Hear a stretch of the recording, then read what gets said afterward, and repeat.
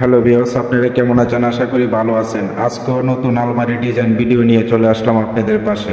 আজকের আলমারি ডিজাইনগুলি একদম আগুন, একদম নাইস নাইস। আজকে আলমারি ডিজাইনগুলি আপনাদের পাশে তুলে ধরার চেষ্টা করলাম। আশা করি আজকের আলমারি ডিজাইনগুলি আপনাদের কাছে ভালো লাগবে।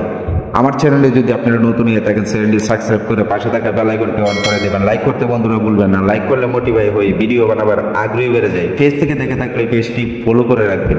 আজকে আলমারি ডিজাইনগুলি চলুন না আমরা দেখে আসি।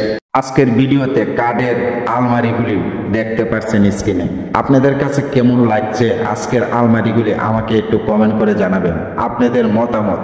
আর আপনারা যদি নতুন ডিজাইনের কোনো ভিডিও চেয়ে থাকেন তাও আমাকে কমেন্ট করে জানাতে পারেন।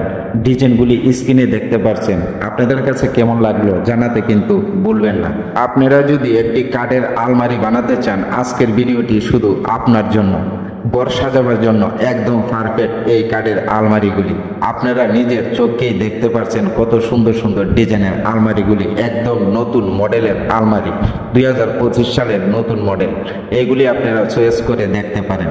যদি ভালো লাগে স্ক্রিনশট দিয়ে রাখতে পারেন। যদি বানাতে চান পরবর্তীতে, তাহলে আমি বলবো ভিডিওটি শেয়ার করে আপনি ফোনেতেই রাখতে পারেন। যে কোনো সময় আপনারা আলমারি ডিজাইনগুলি আপনাদের চয়েস মধ্যে বানিয়ে নিতে পারেন। আজকে আলমারি ডিজাইনগুলি আপনারা স্ক্রিনে যে দেখতে পাচ্ছেন, সম্পূর্ণ আলমারিগুলি চিটাগাং সেগুন কাঠের তৈরি করা। চিটাগাং সেগুন কাঠ দিয়ে এই আলমারিগুলি বানানো হয়েছে। তার মধ্যে আট পলিশ, লিকার পলিশ করা হয়েছে। আপনাদের চয়েস মতে আপনারা আলমারিগুলি পলিশ করে নেবেন। কি পলিশ করতে চান সেটা মাত্র আপনাদের একান্ত ব্যক্তিগত ব্যাপার। প্রতিনিয়ত যদি নিত্য নতুন মডেলগুলি যদি দেখতে চান, তাহলে আমার চ্যানেলটি সাবস্ক্রাইব করে রাখবেন। প্রতিনিয়তই আমি নিত্য নতুন মডেলগুলি আপনাদের সামনে তুলে ধরার চেষ্টা করি। সুন্দর সুন্দর ডিজাইন দেখতে পারবেন আমার এই চ্যানেলের মধ্যে। দিয়ে ঘুরে আসতে পারেন, ঘুরে এসে দেখে আসেন কত সুন্দর সুন্দর ডিজাইন দিয়ে রাখলাম শুধু আপনাদের জন্য। কাঠ ফার্নিচারে ডে টু জেড যে কোনো বিষয়ে জানতে চান, আমার কাছ থেকে কমেন্ট করে জেনে নিতে পারেন। আপনাদেরকে সঠিক পরামর্শটুকু আমি দিয়ে দিব।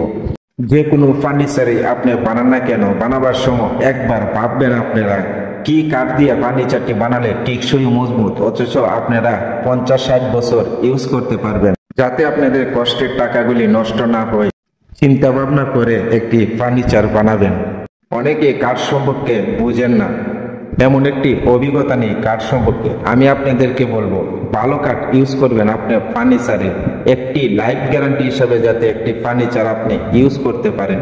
যদি কাঠ সম্পর্কে যার ধারণা নেই, সে আমার কাছ থেকে ধারণা নিয়ে নিতে পারেন। কি কাঠ দিয়ে ফার্নিচারটি বানালে আপনাদের একদম লাইফ গ্যারান্টি হিসাবে আমি বলতে পারি আপনাদের ফার্নিচার কখনো পোকামাকড়ে নষ্ট করতে পারবে না। আশা করি আমার কথাগুলি বুঝতে পারলেন। আর কমেন্টে আপনাদের মতামত জানিয়ে যাবেন। আর চ্যানেলটি সাবস্ক্রাইব করে রাখবেন। দেখা হবে নতুন আরেকটি ভিডিওতে। ধন্যবাদ।